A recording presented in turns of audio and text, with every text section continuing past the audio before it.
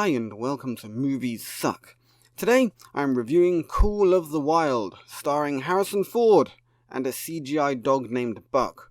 Or should I say starring a CGI dog named Buck and Harrison Ford, as that would be a more accurate representation of the starring nature of this movie. First off, I want to say that this is a strange adaptation of what is a seminal book by Jack London. I say strange because it both tells the story of Buck and yet does it in a family-friendly way. I find this odd because The Call of the Wild is one of those books that you can't read very often, and even when you do decide to read it, it is with trepidation because you know from experience that this is going to be a rough ride. Jack London didn't pull his punches with this book, and it is harsh, and it's violent, there are fights to the death, and murder, and animal cruelty. It is definitely not a children's book, no matter how often it is published as such. Whereas this movie is most certainly a family movie, as shown by its PG rating and comedic tendencies. Buck at numerous points within the movie does some classic and not so classic doggy things like climbing on a table filled with food and making a mess and blundering through the house and knocking things over and generally acting like a nuisance. But other times, he's doing things that are less doggish, like hiding a bottle of alcohol, or saving someone from drowning in an iced-over lake by diving in and then smashing his way back out again. That said, it did still attempt to tell a version of the original story, but it was a version with no teeth, or fangs, if you will. It was safe, and it did its best to make light of situations that in the book were simply harrowing.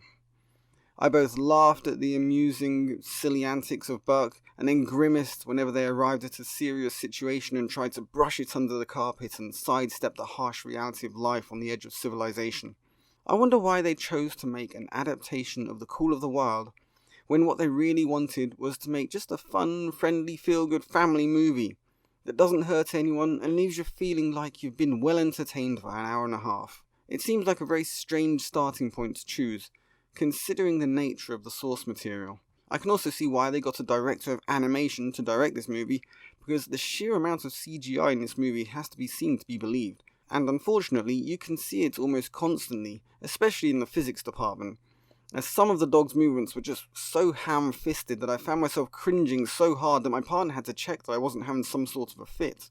Buck, the amazing CGI dog, is actually very lovable and at times tugs on those heartstrings, and I am glad the CGI has advanced to the point where this kind of action can be represented without any animals being hurt.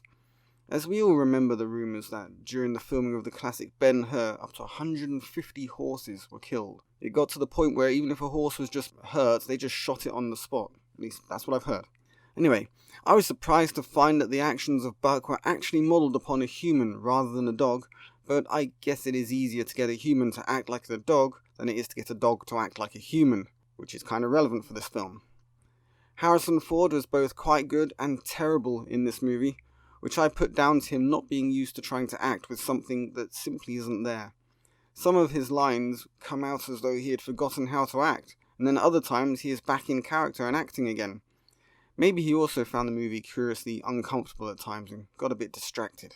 The visuals in this movie are at times spectacular, and really make you long for the freedom of the wilds, and to be at one with nature that we have forsaken. Of course, then you remember that you would miss your dishwasher, your central heating. Harrison Ford never closes the door of his shack to stop the heat from escaping. Drove me absolutely crazy. And the internet and all those other modcons that make life so much easier. Though I, for one, would be quite happy to live without phones. If there's one thing we need less of, it is messaging and ringing phones. People being able to get hold of you every second of the day. It's a thing nightmares are made of. Another aspect of this movie that only hurts it in places is its woke factor. And let's face it, every movie made in this day and age has a woke factor. Sometimes it's so bad and cringy that things like Terminator Dark Fate make it into production.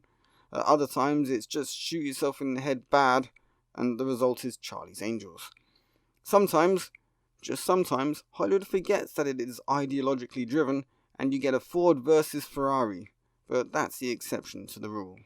In The Call of the Wild, we get a classic woke switch out of minority for a white person, and the reason they did this is because they couldn't stand the idea of making Indians look like the bad guys, even fictional made-up Indians, since Jack London completely made up the Yee Hats.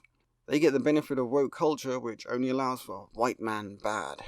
So, my verdict is that if what you are looking for is a movie that has a feel-good factor and is fun for all the family, you can't go far wrong with this CGI fest of a movie. If what you are looking for is a serious bit of storytelling that deals with some difficult subjects and leaves you feeling thoughtful and as though you've learned something, then this movie is really not for you. While this movie has a lesson in it, it is so hidden by the movie's lack of courage that you are hard-pressed to get a grip on it. If what you are looking for is a faithful telling of a much-loved book that has never gone out of print in 117 years, then this is again not the movie for you.